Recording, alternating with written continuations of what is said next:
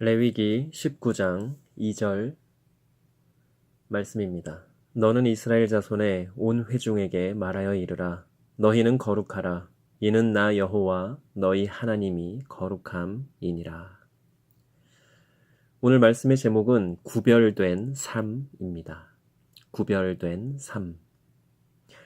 사람들 중에는 법이 없어도 살 수 있다는 사람과 법이 없으면 살 수 없다는 두 종류의 사람이 있는 것 같습니다.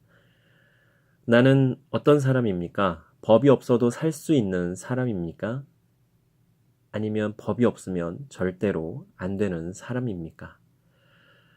저의 경우는 법이 절대적으로 있어야 하는 사람입니다. 법이 없으면 큰일 날 사람이지요.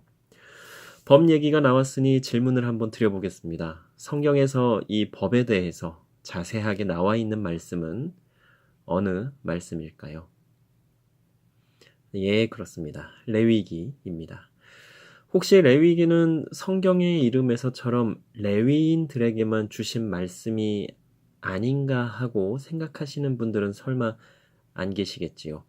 레위기는 모든 하나님의 사람들에게 주신 하나님의 말씀입니다. 그럼 언제 주셨을까요? 보통은 모세가 십계명을 받으러 시내산에 올라갔을 때 주셨다라고 알고 있습니다. 제가 따로 드리는 말씀이 아니고요. 성경에 그렇게 나와 있습니다. 출애굽기 20장부터 31장에 보면 다 나와 있습니다. 그런데 말씀을 읽으며 조금 재미있는 생각을 해 보았습니다. 그것은 다름이 아니라 출애굽기 31장 18절에 보면 말씀이 이렇게 나와 있습니다.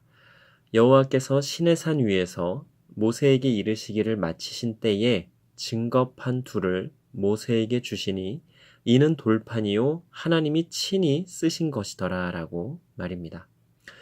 시내산에서 십계명만을 주신 것이 아니라 여러 율법에 대해서 주셨다라고 그 말씀에 나오는데요. 그럼 이 돌판의 크기가 과연 어느 정도였을까 하고 말입니다. 조금 엉뚱하기는 하지만 한번 출애굽기 20장부터 31장을 읽어보시고 한번 생각해 보시면 좋겠습니다. 우리가 아는 대로 율법은 한 600여 가지로 우리가 알고 있는데요. 그 두 돌판의 십계명뿐만이 아니라 그 많은 하나님의 법들을 기록하셨다면 그 돌판의 크기가 어마어마하지 않았을까 하는 생각을 해보는데요. 그것은 중요한 것은 아니니까 한번 읽어보시면서 생각을 해보시면 좋겠고요. 우리가 일단 성경을 참 많이 어려워합니다. 그리고 그 중에 레위기는 더 어려워하고 있습니다. 왜 그렇습니까? 지금과는 너무나 다른 이야기들이 처음부터 시작이 되고 또 나와는 상관없는 이야기들이 적혀 있다라고 생각하기 때문은 아니겠습니까? 이 레위기는 하나님께서 사랑하시는 하나님의 백성인 이스라엘 백성들에게 내가 택한 너희 이스라엘은 이러이러하게 살아라 하고 주신 여러 가지의 법이 들어 있습니다. 그런데요, 지금은 그 법의 적용이 확대되어서 하나님의 자녀된 우리 모든 그리스도인에게까지 주신 법이 되었고 우리도 역시 지켜야 하는 법이 되었다라고 하는 것입니다. 물론 그 중에는 예수님 이후 시대부터는 지키지 않아도 되는 것들도 분명히 있습니다. 어떠십니까? 하나님께서 주신 법 잘 지키고 계십니까? 조금 전에 말씀드린 대로 율법의 그 수가 한 600여 가지라고 말씀을 드렸는데요. 그것을 다 함축한 것을 십계명이라고 보시면 되시겠습니다. 또 이 여러 가지 법규들 중에서 지금 현대를 살고 있는 우리가 지키지 않아도 되는 법들이 있다라고 이제 조금 전에 말씀을 드렸는데요.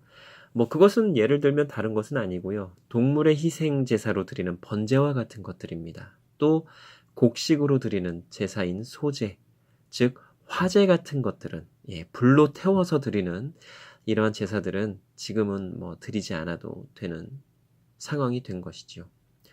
그럼 왜 이러한 제사들을 더 이상 드리지 않아도 되는가? 그 이유는 바로 예수님의 십자가에 있습니다. 예수님께서 우리의 죄를 대신해서 희생제물이 되셔서 십자가에서 죽으셨기 때문에 우리는 더 이상 동물의 희생제사인 번제를 드리지 않아도 되는 것입니다. 그리고 하나님과 직접 만날 수 없었던 존재에서 하나님과 직접 만날 수 있는 존재로 신분이 바뀌게 되었습니다. 예수님께서 십자가에서 운명하실 때 어떠한 일들이 벌어졌다고 성경에 나옵니까? 마태복음 27장 50절 이하에 보면 성소의 휘장이 위로부터 아래까지 찢어져 둘이 되고 땅이 진동하며 바위가 터지고 무덤들이 열리며 자던 성도의 몸이 많이 일어났다라고 기록되어 있습니다. 성소의 휘장에 대해서 잠시 살펴보겠습니다. 마태와 마가는 위에서부터 아래로, 또 누가는 한 가운데가 찢어졌다라고 기록을 하고 있습니다. 누가가 왜 그렇게 기록을 했는지는 모르겠지만 어쨌든 휘장은 위에서부터 아래로, 또 그 정중앙 한 가운데가 찢어졌다라고 하는 것을 우리는 말씀을 통해서 알 수 있습니다. 그럼 휘장이 위에서부터 혹은 한 가운데가 찢어졌다라고 하는 것은 무엇을 의미하는 것입니까? 예, 그렇습니다. 생각하시는 대로 인간이 그렇게 찢은 것이 아니라 하나님께서 직접 찢으셨다고 하는 것을 의미하는 것입니다. 이제는 대제사장만이 아니라 너희 모두를 내가 직접 만나 주겠다라고 하시는 하나님의 언약의 메시지가 휘장에 찢어진 것에 또한 담겨 있다라고 하는 것입니다. 십자가는 말할 것도 없고 말입니다. 그럼 그렇게 하나님과 직접 만날 수 있게 된 우리가 하나님께서 의도하신 대로 그럼 그렇게 하고 있는가? 이것을 한번 생각해 보면 좋겠습니다.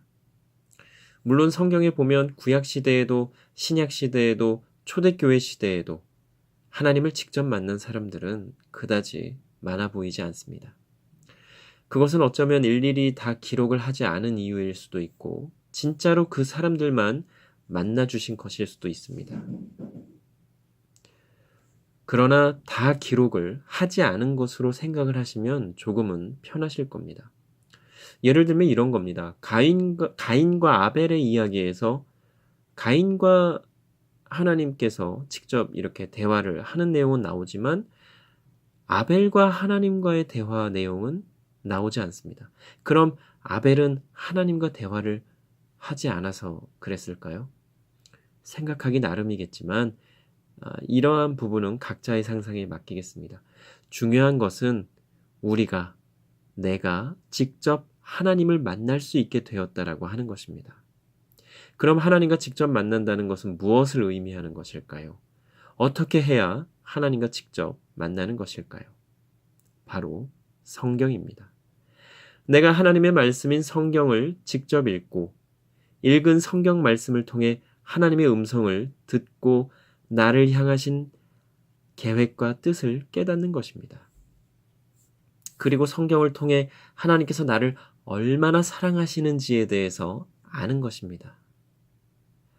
혹시 사람을 변화시키는 요인이 뭐라고 생각하십니까? 여러 가지가 있겠지만 진짜로 사람을 변화시키는 것은 사랑이라고 할 수 있겠습니다.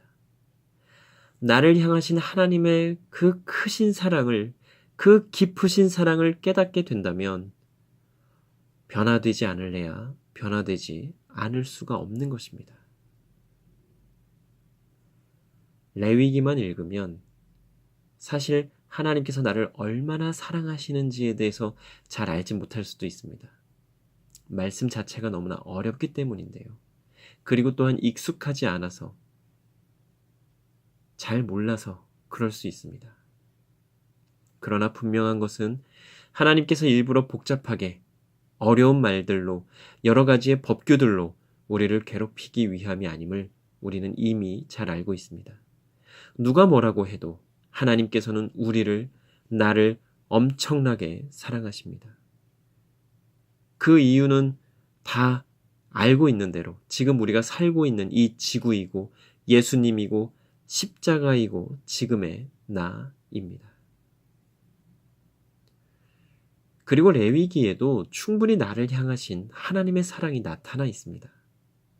그 중에 하나가 말씀드린 대로 그 수많은 율법들입니다.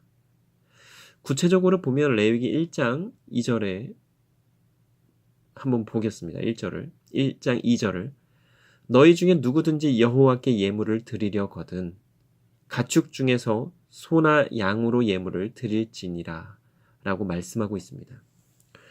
혹시 예전에 개그 콘서트에서 애매한 것을 정해주는 코너가 있었는데 기억하십니까?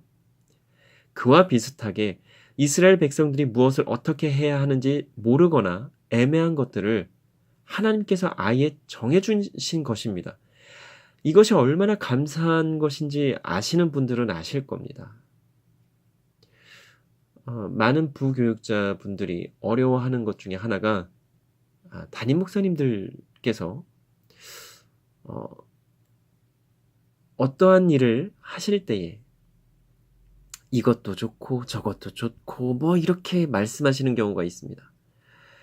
그 말씀을 하심에 있어서 어떠한 것을 원하시는 것인지 그것을 파악하는 것이 얼마나 어려운 것인지 아십니까? 부교육자뿐만이 아니라 직장에서도 그렇지 않습니까? 상사분께서 어떠한 일을 할 때 뭐 이렇게 하는 것도 좋고 저렇게 하는 것도 좋고 혹은 뭐 회식을 할 때 어디를 가도 좋고 어떤 음식을 먹어도 좋고 이렇게 말씀하시면 그분의 그 의중이 어떤 것인지 파악하는 것이 너무나 어렵다라고 하는 것을 다들 아실 겁니다. 확실하게 정해주시면 좋겠는데 다 좋다고 하는 그 중에 정말로 어떤 것을 원하시는지를 파악하기란 여간 어려운 일이 아닙니다. 그런데 하나님께서는 명확하게 정해주신 것입니다. 이것은 이렇게 하고 저것은 저렇게 해라 라고 말입니다. 그렇게 하기만 하면 아무 문제 없다고 말입니다. 이 얼마나 감사한 일입니까? 사랑하니까 그렇게 하라고 하시는 것입니다. 잘 생각해 보시기 바랍니다. 어떤 게 사랑이고 어떤 게 괴롭히는 것인지를 말입니다. 그리고 하나님께서는 우리가 너무나도 잘 아는 말씀, 오늘 우리가 읽은 말씀이기도 한데요. 레위기 19장 2절에서 이렇게 말씀하십니다. 너희는 거룩하라. 이는 나 여호와 너희 하나님이 거룩함이니라 라고 말입니다. 거룩은 잘 아시는 대로 구별됨입니다. 그런데 그 이하의 말씀은 우리가 잘 알지 못합니다. 레위기 19장 2절 이하의 말씀은 이러합니다. 부모를 경외하고 안식일을 지키라. 헛된 것들에게로 향하지 말며 신상들을 부어 만들지 말라. 화목제물을 여호와께 드릴 때에 기쁘게 받으시도록 드리고 또 어떻게 하고 하는 말씀들이 그 이하에 계속해서 나옵니다. 거룩하라고 하신 의미는 바로 이것을 말하는 것입니다. 세상 사람들은 이렇게 하지 않지만 하나님의 자녀인 너희는 이렇게 해라 라고 말입니다. 이렇게 정해주면 너무나 쉬운 것입니다. 자녀를 키우시는 분들 중에 옆집 아이에게 어떻게 하라고 이야기하거나 정해주시는 분들 계십니까? 아마도 없을 것입니다. 나의 자녀에게 어떻게 하라고 이야기하고 정해주는 경우는 있어도 말입니다. 한번 잘 생각해 보시기 바랍니다. 사랑하는 자녀들이 바른 길로 가지 않을 때 크게 혼내지 않는 부모 있습니까? 밤늦게 들어와도 아무 말 안 하고 무관심한 부모 있습니까? 사랑하니까 바른 길로 가라고 하는 것이고 밤늦게 다니지 말라고 그렇게 말을 하는 것입니다. 사랑하니까 여러 법을 주시며 그 법을 지키라고 하나님께서 우리에게 말씀하신 것입니다. 옆집의 아이들이 어떻게 하든 우리는 크게 상관하지 않습니다. 내 아이가 아니니까요. 내 자녀가 아니니까요. 그러나 내 아이는 다릅니다. 내 자녀는 다릅니다. 하나님께서 내 아이라고 생각하시니, 내 자녀라고 생각하시니 그냥 놔두시지 않으시고 깊이 관심을 가져주시는 것입니다. 그리고 세상과는 구별된 삶을 살라고 말씀하시는 것입니다. 하나님의 사람답게 삽시다. 하나님께서 지키라고 주신 법들을 지킵시다. 하나님께서 하라고 하신 대로 한번 해봅시다. 하나님께서는 우리가 인간답게 또 하나님의 사람답게 살기를 원하십니다. 예수님께서 이 세상을 사시며 구별된 삶을 사셨던 것처럼 우리도 하나님께서 원하시는 대로 구별된 삶을 살아보는 것입니다. 기도 드리시겠습니다.